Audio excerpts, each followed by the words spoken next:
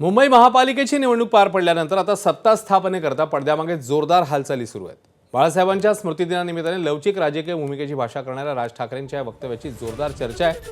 त्यामुळे मुंबई महापालिकेत देखील राज ठाकरे लवचिक भूमिकेच्या तयारीत असल्याची चर्चा सुरू होती। निवडणुकीत उद्धव ठाकरेंना टाळी देणारे राज ठाकरे निवडणुकीनंतर लवचिक भूमिका घेत भाजपला हात देतील अशी चर्चा सुरू होती। या सगळ्या चर्चांना मनसे अध्यक्ष राज ठाकरेंनी आज स्वतः पूर्णविराम दिला। मनसे मुंबईत भाजपला पाठिंबा देणार नाही असं राज ठाकरेंनी ठणकावून सांगितलंय। तर मुंबईत भाजप सर्वात मोठा पक्ष ठरलेला असला तरी कोणत्याही एका पक्षाला स्पष्ट बहुमत काही मिळालेलं नाहीये। तर राज ठाकरेंच्या उपस्थितीत एमआयजी क्लब बांद्रा इथे मनसेची बैठक पार पडली। या बैठकीत नेमकं काय झालं ते पाहूया। महापालिका निवडणुकांनंतर राज ठाकरेंनी पदाधिकाऱ्यांसोबत आढावा बैठक घेतली। मुंबईत अनेक ठिकाणी ठाकरेंच्या शिवसेनेची मदत न झाल्याची मनसे पदाधिकाऱ्यांनी यावेळी खंत व्यक्त केली। महापालिका निवडणुकीत योग्य त्या जागाही न मिळाल्याची पदाधिकाऱ्यांची तक्रार होती।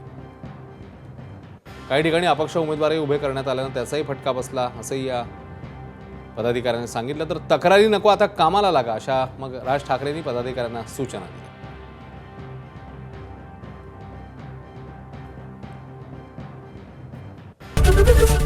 एबीपी माझा, उघडा डोळे बघा नीट।